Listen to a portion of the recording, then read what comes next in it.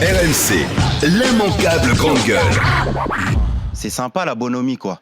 C'est sympa de parler de la bonhomie de quelqu'un, mais bon, moi je vais pas en faire pendant 3 jours de parler de bonhomie. Quand je vois sur certains plateaux télé, on invite le cuisinier, le cuistot de Jacques Chirac, pour savoir qu'il a mangé 2 fois de la tête de veau à la tête. Mais c'est incroyable, quoi. C'est-à-dire, enfin, on a tout oublié, quoi. Enfin, je sais pas, moi aussi, j'ai grandi avec Jacques Chirac, mais j'ai pas besoin de savoir qu'est-ce qu'il mangeait le midi. On a ramené, comment il s'appelle là, celui qui faisait sa voix, monsieur Yves Lecoq dans les Guignols, ouais. Yves Lecoq, qui est venu dans des émissions. Ça fait 10 ans, j'ai pas vu Yves Lecoq. Il est revenu dans des émissions pour parler comme c'est pour emprunter la voix de Jacques Chirac. Enfin, à un moment donné, moi, j'entends la bonhomie, j'entends tout ça, le gars qui, comme dit Morgan, qui tapait dans le cul des vaches et qui mangeait un peu de jambon au salon de l'agriculture. Mais chers camarades, Jacques Chirac, c'est le massacre d'Ouvéa, c'est les grèves de 95, c'est la réforme des retraites de 2003. Enfin, à un moment donné, c'est Malek Oussekine lorsqu'il était Premier ministre. Enfin, Jacques Chirac, c'est pas l'homme politique sympatoche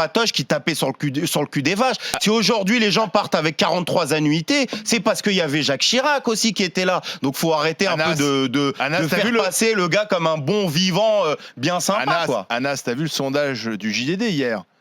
Lorsqu'on demande aux Français quels sont les grands présidents de la Ve République, il arrive en 2e position, Jacques Chirac, derrière le général de Gaulle. Oui, alors, mais c'est un ça m'étonne pas, mais rappelle-toi, moi je me souviens à la fin le deuxième, en tout cas le quinquennat du coup de Jacques Chirac. Jacques Chirac, c'était le président absent. C'était une époque où la présidentielle, elle se faisait avec les premiers ministres, avec la question de la cohabitation, où on avait De Villepin. Moi je me rappelle la crise du CPE par exemple, c'est De Villepin. La crise de 95 sur les retraites, c'est Juppé. On parle pas de Jacques Chirac. RMC, l'immanquable grande gueule.